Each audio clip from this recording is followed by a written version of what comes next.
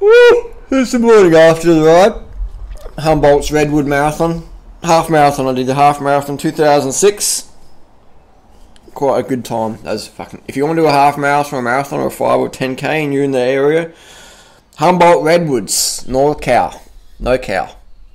This is how you save money, man. Wear stuff. Guys, you don't need fancy fashion to pull hot babes like Freely. It's the inner game you want to work on. You can look like a bum like Durianrider. Alright?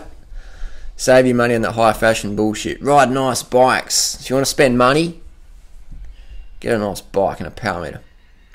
Compact cranks. Anyway, so questions on the ride. The morning after the 568k ride, how do I feel? Feel really good. Feel really good. My right hamstring's a bit tight, which was to be a bit expected because I hadn't ridden that for a long time. Alright, here we go. Questions. How many carbohydrates did you eat in your ride? I probably would have had at least 6,000 calories from carbohydrate in that 24-hour period because I like to eat around 60 grams of sugar per hour.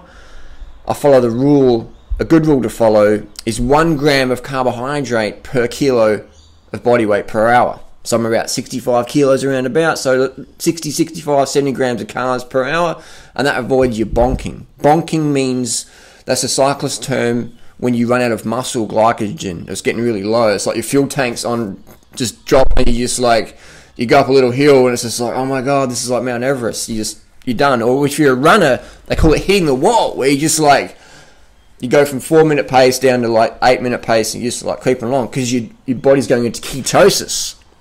You don't want to go into ketosis. That's like kills your red blood cells, or you just smash down your hematocrit, etc. You don't want to go in ketosis. You always want to avoid ketosis. Ketosis is the worst thing for your fitness. That's why when people do a long-term water fast, they're fucked for 6 months after or longer. You know, it takes them so long to rebuild their red blood cell count on that because it just wipes you.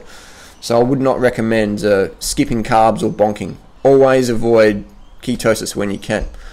So by eating the carbohydrates every hour, that helps me overcome that. And it's the same. People go, oh, hang on, but like you're okay, Harley. I understand now. You eat a lot of carbohydrates because you're a cyclist and you're really fit and you ride up the mountains. I don't need to do that.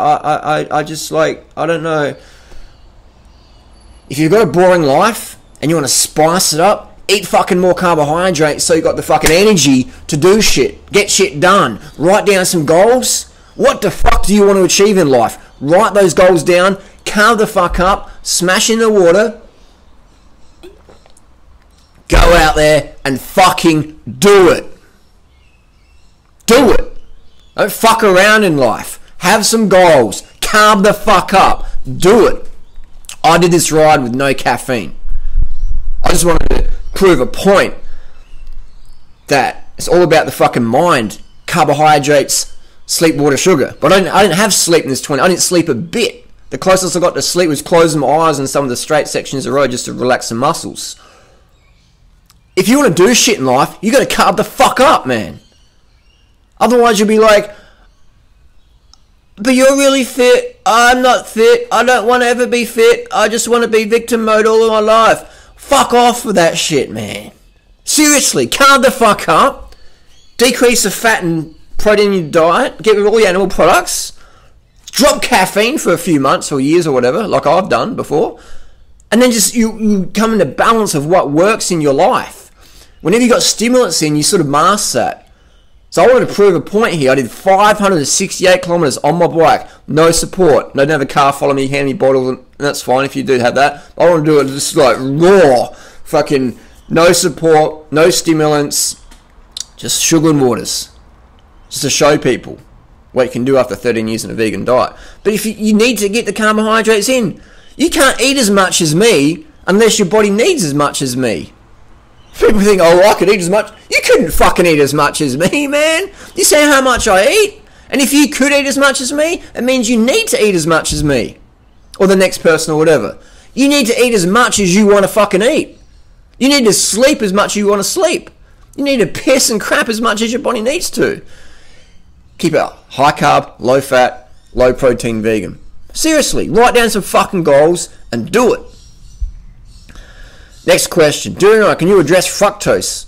Like, I've done videos about this one, but basically the thing with fructose is one of the sugars that doesn't require insulin to be metabolized. Look it up. So the body releases less insulin. So that's why, the long-term fruitarian people are like slim. Regardless that most people in the fruitarian world have got very poor fitness. But they're very lean, very slim. Why is this? It's because, and their diet's mostly fructose. How does that work? How does someone get most of their calories or majority of their calories from fructose and be lean after 10 years with fuck all fitness? Interesting, isn't it?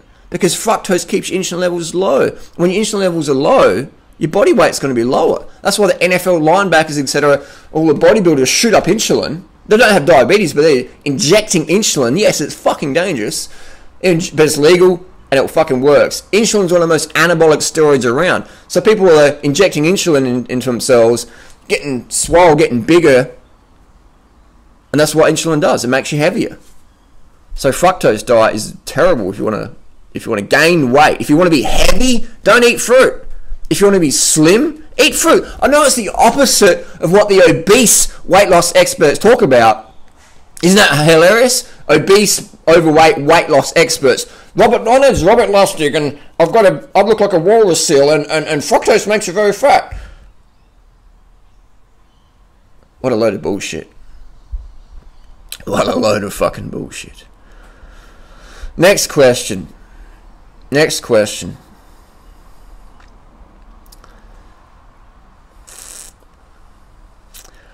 What about saddle sores? Did you get any saddle sores? I don't get saddle sores after just a 24-hour ride. Saddle sores is basically when you get a little bit of an abrasion on your ass, a bit of chafing, and it might get like a little hair follicle gets caught in there and you just get like a little pimple boil, and it can be like really painful.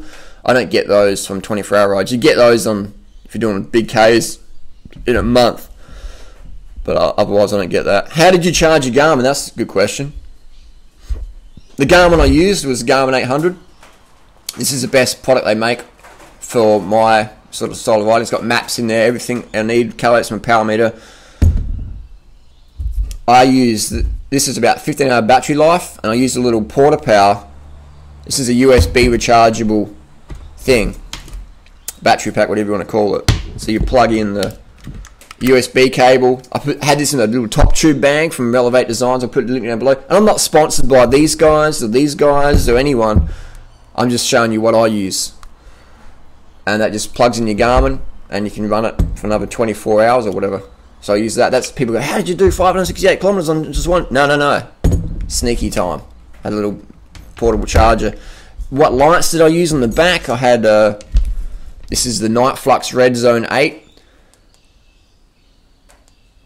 That's pretty bright.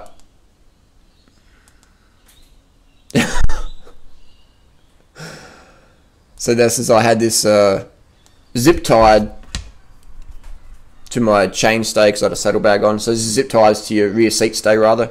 So I use that. It's got like 100-hour runtime in some settings, 48 hours, 8 hour, depending on what setting you got it on. I had it on the bright flashing, and it was great. It worked fine. So that's basically what I did on the ride. If you have any more questions, what did I eat? Well, carbohydrates, obviously. But I had lots of dates. I had a couple of bananas, which don't really travel well. I had those in New Jersey. I ate those first. So dates, bananas. I had some gels from Talk gels. They make a vegan gel. Cliff gels. Had a couple of Talk bars and a couple of Cliff bars, just to mix it up a little bit. Had a lot of vegan licorice, this vegan raspberry licorice. I like to have variety on those long rides now because it helps you eat more. And variety helps you eat more. That's why I'm big into variety in your diet, because it helps you eat more. You want to have more carbohydrate in your diet. So if you're having just the one thing, that's cool. But when you do a long ride and it's a bit sleep deprived, your appetite sort of drops off, and but having variety, it's like, oh yeah, new flavor or whatever, it helps you eat enough. So then you just don't run your metabolism into the ground because you're always getting some calories in, some carbohydrate calories. So it's great. So I had different flavors during the ride. That made sure I was always looking forward to the next little snack. Just something different. And it all digested fine. I've got good digestion because I'm fit and I eat well all year long and I keep it low fat. So during the ride, did I have any coconut oil or fat? No. Other than a couple of grams of fat in the dates or bananas or the Cliff Bar. I probably had 30 grams of fat for the whole day, which is, applies to my 95-5 principle. 90% calories coming from carbs, 5% protein, 5% fats. High carb is where it's at. All this bullshit about eat more fat, this is all it is. It's bullshit.